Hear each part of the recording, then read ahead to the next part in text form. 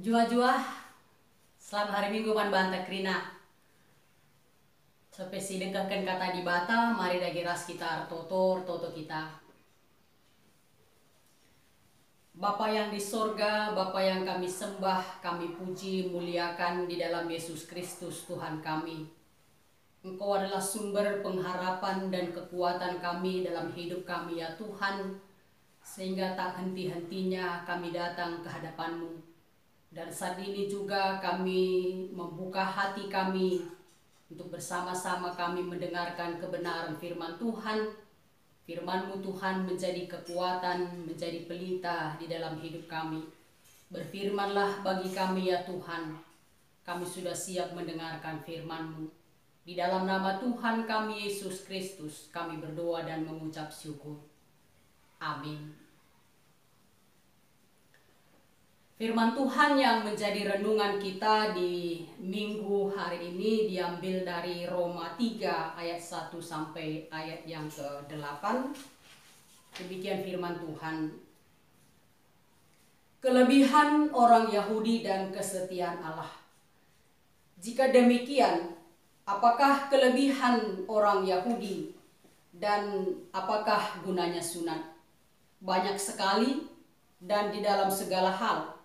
Pertama-tama sebab kepada merekalah dipercayakan firman Allah. Jadi bagaimana jika di antara mereka ada yang tidak setia? Dapatkah ketidaksetiaan itu membatalkan kesetiaan Allah? Sekali-sekali tidak. Sebaliknya Allah adalah benar dan semua manusia pembohong. Seperti ada tertulis, supaya engkau ternyata benar dalam segala firman-Mu dan menang jika engkau dihakimi. Tetapi jika ketidakbenaran kita menunjukkan kebenaran Allah, apakah yang akan kita katakan? Tidak adilkah Allah? Aku berkata sebagai manusia, jika ia menampakkan murkanya? Sekali-sekali tidak. Andai kata demikian, bagaimanakah Allah dapat menghakimi dunia? Tetapi jika kebenaran Allah oleh dustaku semakin melimpah bagi kemuliaannya, mengapa aku masih dihakimi lagi sebagai orang berdosa? Bukankah tidak benar fitnahan orang yang mengatakan bahwa kita berkata, marilah kita berbuat yang jahat, supaya yang baik timbul daripadanya. Orang semacam itu sudah selayaknya mendapat hukuman. Saudara-saudaraku yang dikasihi oleh Tuhan,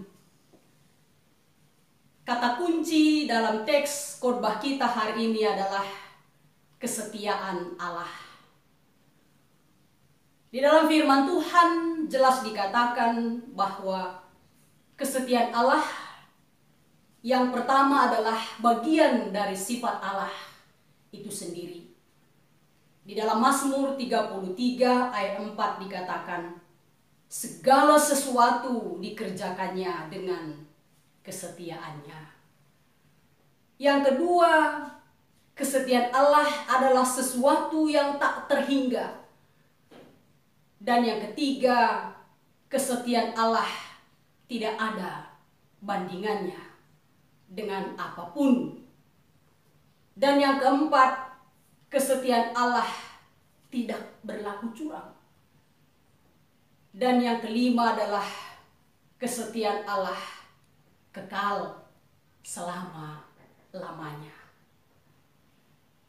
Dan kesetiaan Allah itu tidak dikendalikan oleh respon kita atau respon manusia.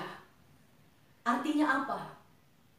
Allah berkuasa penuh di dalam melakukan apa yang hendak Dia lakukan seturut dengan kehendaknya. Seperti pertanyaan dalam bacaan khotbah kita hari ini.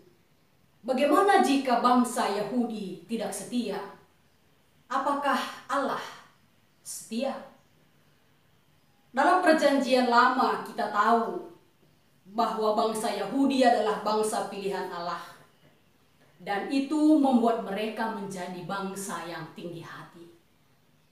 Mereka merasa bahwa orang Yahudi sekalipun tidak setia di dalam melakukan firman yang sudah dipercayakan oleh Allah di dalam hidup mereka, tetapi mereka punya keyakinan bahwa mereka tidak akan pernah dihukum oleh Allah. Mereka pasti selamat sampai selama-lamanya. Pandangan ini juga banyak dimiliki oleh banyak orang. Allah adalah kasih dan setia. Tentu jika Allah adalah kasih dan setia, maka Dia tidak akan menghukum meskipun manusia berbuat dosa dan tidak setia kepadanya. Ini adalah pandangan yang keliru, pandangan yang tidak benar.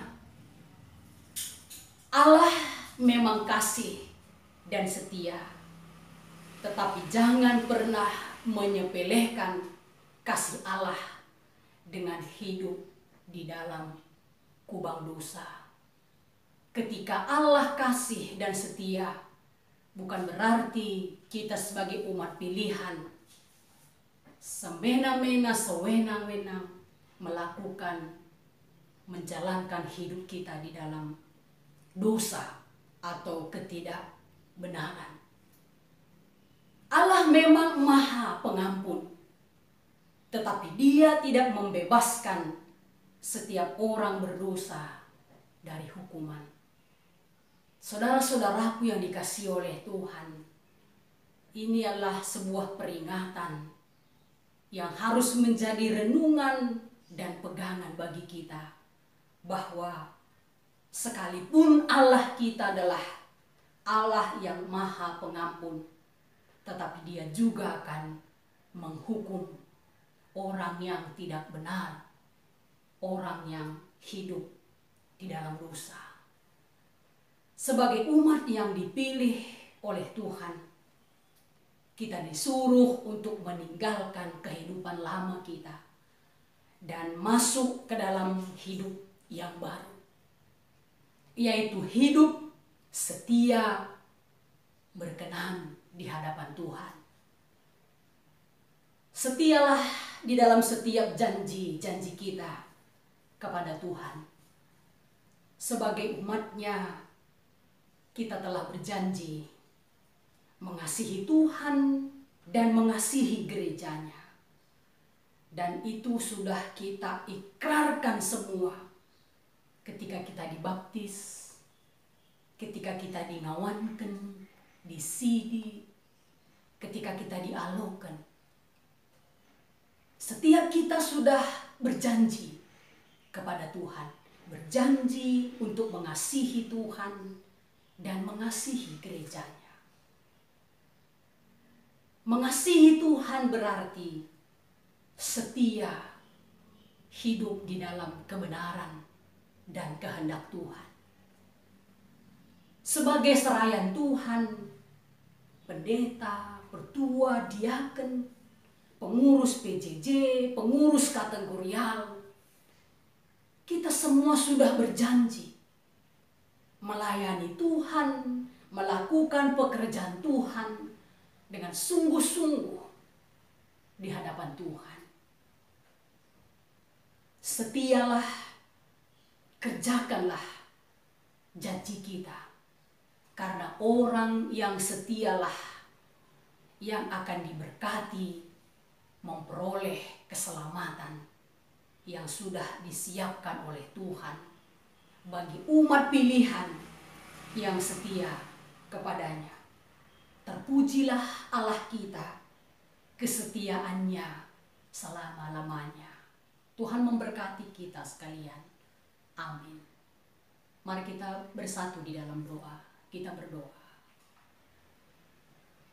Bapa yang di sorga, firman Tuhan hari ini mengingatkan kami kembali sebagai umat pilihan Tuhan, betapa kesetiaan Allah sempurna dan kekal dalam hidup kami, ya Tuhan. Dan biarlah ini menjadi kekuatan dan pegangan bagi kami. Tidak akan pernah meragukan akan kasih dan kesetiaan Tuhan di dalam setiap janji-janji Tuhan bagi setiap kami umat-Mu. Terlebih Tuhan yang akan memberikan kami kehidupan kekal, hidup bersama-sama dengan Engkau selama-lamanya. Dan biarlah firman Tuhan yang sudah diperdengarkan bagi kami hari ini juga Tuhan akan membawa kami menjadi umat Tuhan untuk semakin setia di dalam melakukan janji-janji kami di hadapan-Mu.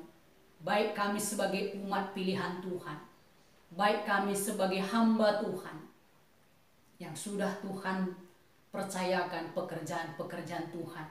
Berkati kami ya Tuhan, mampukan kami untuk melakukan dengan setia setiap janji-janji kami di hadapan Tuhan. Berkati juga setiap anak-anak-Mu Runggun GBKP Ciledug di dalam kehidupan rumah tangga mereka satu persatu ya Tuhan. Kami sungguh berdoa biarlah tangan kasih Tuhan yang hadir di tengah-tengah kehidupan mereka pribadi lepas pribadi. Sertai, lindungi dan berkati mereka ya Tuhan. Berikan mereka kesehatan yang sempurna. Berkati setiap pekerjaan, usaha yang dilakukan oleh anak-anak Tuhan. Cukupkan apa yang menjadi keperluan, kebutuhan setiap hidup anak-anak Tuhan. Biarlah berkat Tuhan terus Tuhan limpahkan menjadi rezeki di dalam setiap keluarga-keluarga kami. Terima kasih ya Tuhan. Inilah doa dan harapan kami. Dan di atas segalanya, ampunkan kami dalam setiap pelanggaran kami dan kekurangan kami. Sehingga doa kami boleh layak di hadapan Tuhan. Di dalam nama Tuhan kami Yesus Kristus, kami berdoa dan mengucap syukur. Amin.